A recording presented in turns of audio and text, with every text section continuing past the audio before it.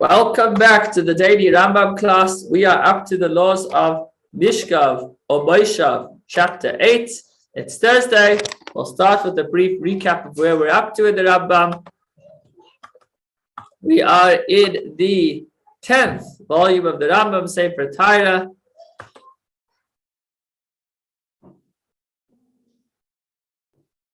That's 8 chapters, 144 chapters. 8 topics, 144 chapters. And we have covered the laws of Tumas Beis, impurity of the dead, of the red heifer, of Tzaras. And now we are in the more complex laws of Mishkav or Moishav, impurity to the places one lies or sits on, which are more severe in forms of impurity. Let's take a look at today's Rambam. We've already explained at the beginning of this text, with regards to other types of impurity, that if a person moves the source of impurity, the type of impurity that imparts impurity when carried, then he contracts impurity. So, for example, if I were to open the door or move the door, so if the door had under a source of impurity or was a source of impurity, which would be a little difficult because it's fixed into the ground. But nonetheless, if I was to move a table, so if it's a type of impurity that imparts impurity to whoever carries it, so if I don't carry it, but I just move the table, then that also is under the category of carrying, and I would become impure. If, however, the source of impurity caused a person to move, he does not contract impurity. So if I moved the table, and the table was impure, then I become impure. But if the table caused me to move, we'll see how that happens, then I remain pure. None of the sources of impurity impart impurity when moving a pure person or a pure vessel, except a zav and the like, the 4 types that we're speaking about over here. They are more severe in form of impurity, and only they are able to impart impurity by causing a person to move. This is an extra dimension of impurity, that if a zav moves something that is pure, that entity becomes impure. That exists with regards to a zav that has no comparison in the entire Torah.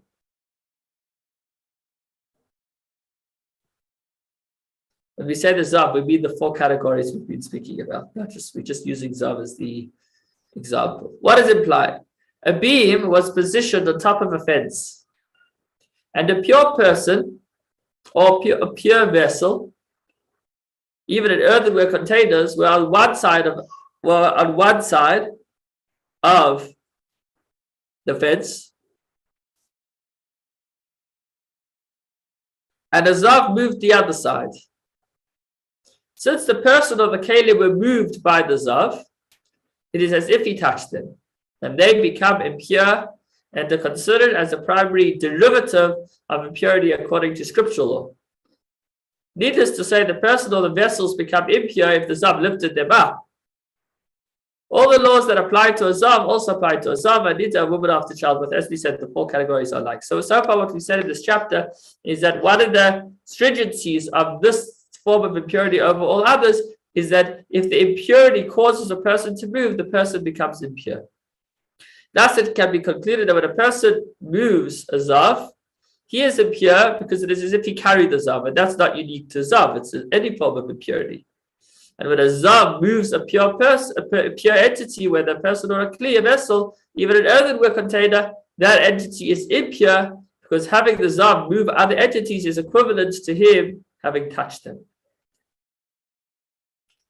There is a more stringent dimension to the impurity imparted by a zav moving an entity than to the impurity he imparts by touching it. So although we said that if he causes a person to move, it's as if he touched them, still touching them is somewhat worse. How so? If a zav touches an earthenware container that is firmly sealed closed, it is pure. If, however, the zav moves the article, it becomes impure. So here, it's a stringency of moving an article over having touched them. A similar stringency applies to an earthenware container that is hollow like a ball, for which an opening was not made, like a double frying pan that wasn't yet cut into two. So they made it as a ball, and then they'd cut it in half and have two frying pans. If it was moved by a zav, it isn't pure, even though it would be considered pure were it to have been located in a tent containing a human corpse. So although it would have held back the impurity from entering into its space, but it's like an earthenware container that is sealed closed, for its opening is sealed, nonetheless, if the zav moves it, it does become impure. Similarly, when a needle is entirely embedded in a piece of wood, or a ring is entirely embedded in a brick, if a zav moves the wood or the brick, the kalim embedded within them become impure. Similar law applies in all the non-religious situations. Obviously, had he touched the brick, then they wouldn't be impure because he didn't touch them. He just touched the brick. But if he moves the brick, then they do become impure. When a zav inserts his hand or foot in the inner airspace of an earthenware container, as long as he didn't touch the inside of the container or move it, it remains pure. So although he's within its space, it remains pure. The rationale is that a nit or the like do not impart impurity through their limbs alone. So just by putting his hand in there, that's not as if there was an actual sheretz or a part of a corpse that went inside, it would make it impure through its airspace. But these four people don't impart impurity by just a particular limb of themselves. Yes, when a zav had a rod held fast in the folds of his skin, and used the end of the rod to move a person or a kli, he or the person that he moved or the kli that he moved remained pure. As implied, anything that will be touched by the zav when his hands were not washed in water. According to the oral tradition, it was taught that this verse is speaking about a zav moving entities. It uses the word touch to teach the following concept. Just as touch involves one's hands and other parts of the body, like one's hands, meaning revealed limbs that can touch, so too moving an object must be performed by a revealed portion of the body and not by a hidden part. So what we're saying over here is that if the zav moved an article with the inner folds of his body, then he actually would not impart impurity, because that's not a form, it's not a way that it spreads. If a rod was in the folds of the skin of a pure person, and the pure person moved a zav with it, then the pure person does contract impurity. Why? For one who moves an object is considered as if he carried it. Hence, just as one who carries an article in the hidden portions of his body contracts impurity, as we stated at the beginning of this book, so too one who moves an impure object within the hidden portions of his body contracts impurity. So although it's not considered like he touched it, it is considered like he carried it, and therefore it would be impure. One moment, please.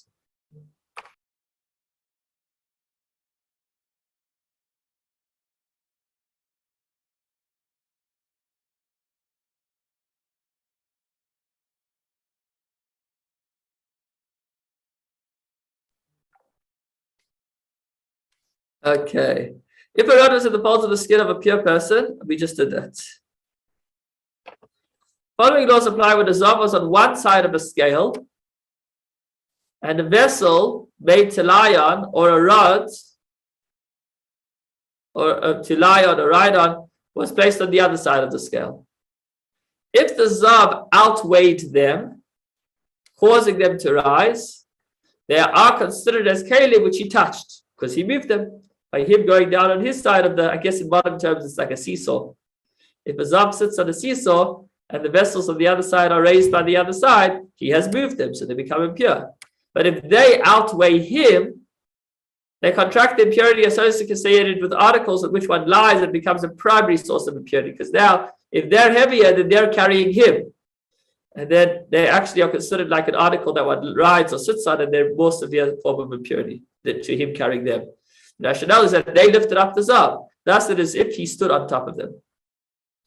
If there were other kalim, foods, liquids, or another person on the other side of the scale, whether they outweighed the zav or he outweighed them, they are all considered a primary derivative of impurity. As opposed to a vessel that's made to lie or rest on. If it's made to lie or rest on, then it can receive a severe form of impurity. But if it's anything else, then it becomes impure, but not from this severe form of impurity. The following laws apply when a Zav and a pure person were sitting on opposite sides of a bench or a board that moved up and down. Or they both climbed a tree that wasn't strong, meaning its trunk is not thick enough for a cavity fit to contain a fourth of a cup to be hollowed out within it. So it's a more wobbly tree. Or, but they both ascended a booth that is not strong, meaning that one can be bent over by a person's hands, and when he does so, he presses it and moves it. So it's like a wobbly booth, maybe like a fridge box. Or climbed an Egyptian ladder that was not affixed with nails, typical ladder. Ascended a ramp or a beam or a door which was not firmly held in place with water. In all these instances, they are impure, because the entity they are ascending will shake back and forth, and it would be as if the Zav is moving the pure person. Obviously, as he moves, you feel it. If, however, they sat in a large boat, which would not be affected by the movement of one person, or a board or a bench that was not shaky, or climbed a tree or a booth that was strong, or an Egyptian ladder that was nailed down, or a ramp, a beam, or a door that was held in place with water, the pure person remains pure, even though they both climbed the ramp or ladder at the same time, because they're not causing each other to move. When both a Zav and a pure person were closing or opening a door at the same time, the pure person remains pure. But if one was closing and the other was opening, then obviously the pure person becomes impure because he's now being pushed or carried by the impure person. The following laws apply when one lifted the other out of a pit. If the impure person lifted out the pure person, then he imparted impurity to him because he moved him. If the pure person lifted up the impure person, he contracts impurity because it's as if he carried him. So whoever's pulling the other person out is the one that's carrying, and the other person is being moved by him. When a Zav and a pure person were pulling ropes back and forth, one pulling in one direction and the other in the other direction, the pure person becomes impure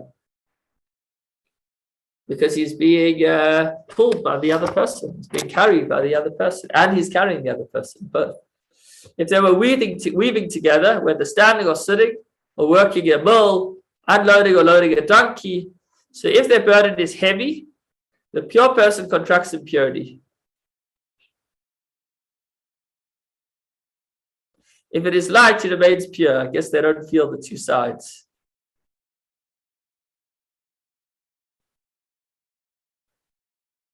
When a pure person is ministering lashes to a Zav, he is pure.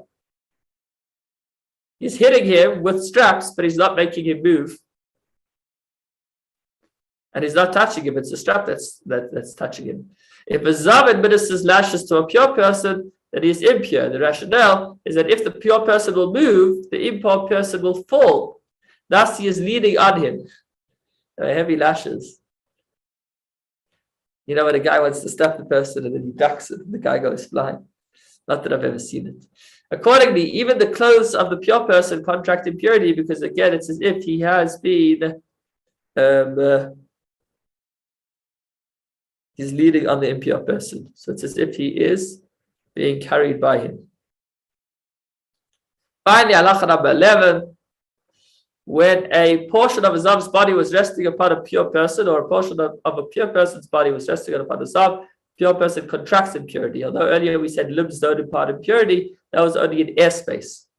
As implied, if a finger of a Zav was placed upon a pure person, or a pure person's finger was placed on a Zav, even if there is a stone, a beam, or the like between them, the pure person contracts impurity. Similarly, when entities joined to a Zav's body rest on a pure person, or entities joined to a pure person's body rest on the Zav, the pure person contracts impurity. Obviously, clothes would be a classic example. It is as if each one carried the body of the other. These are what is meant by the terms entities joined to the body. Oh, actually, not just clothing, teeth, nails, hair. So if a person has long hair and the hair is being carried by the other, then that imparts impurity. It appears to me that this impurity is, however, of rabbinic origin. Wow, this is very advanced learning. Congratulate you for sticking with me. And now for the quiz. What is the extra dimension of impurity that exists by a Zav and the like that is not found by other sources of impurity? That a Zav imparts impurity to a Madaf, what is resting upon him. That a Zav imparts impurity through moving something else, even if he doesn't actually touch them. or that a Zav saliva can impart impurity even if it is dry? Number 2. Number 2. 2, yeah. If a Zav moved an item that is sealed closed, does he impart impurity to it? Yeah, must be. Yes, we Yes. said that was another stringency. Yeah. If a Zav inserts his hand into an earthenware container, what is the law? If he did not touch it or move it, it is pure, or it is impure because earthenware containers contract impurity through their airspace.